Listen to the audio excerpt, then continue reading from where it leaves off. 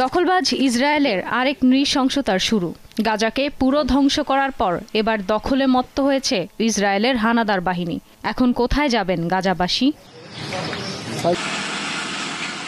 চলতি বছরের 18 মার্চ যুদ্ধবিরতি চুক্তি লঙ্ঘন করে গাজায় ব্যাপক হামলা শুরু করে ইসরায়েল। তখন থেকেই গাজার বিভিন্ন শহর নিজেদের নিয়ন্ত্রণে নেয়ার পরিকল্পনা করে দখলদার দেশটি।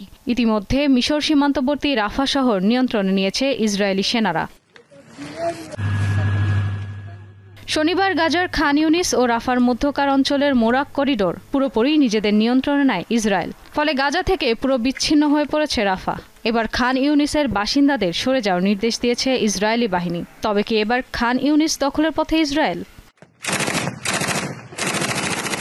ফিলিস্তিনের গাজা উপত্যকার বেশিরভাগ অংশে দ্রুত সামরিক অভিযান জোরালোভাবে সম্প্রসারিত করার ঘোষণা দিয়েছে তেল আবিব। এরই মধ্যে খান ইউনিসের নুসাইরাত শরণার্থী শিবিরের বাসিন্দাদের সরে যেতে নির্দেশ দিয়েছে ইসরায়েলি বাহিনী। তাদের অবিলম্বে দক্ষিণে আল মাওয়াসিতে চলে যেতে বলা হয়েছে।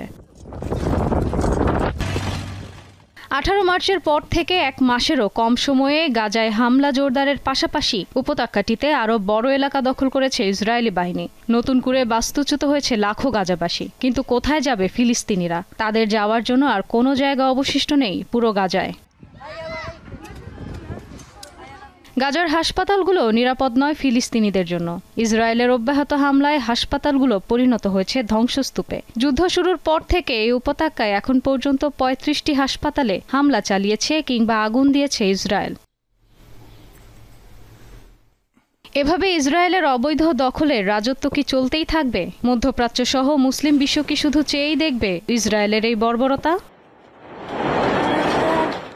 ইশরাত সুমা, দীপ্ত সংবাদ।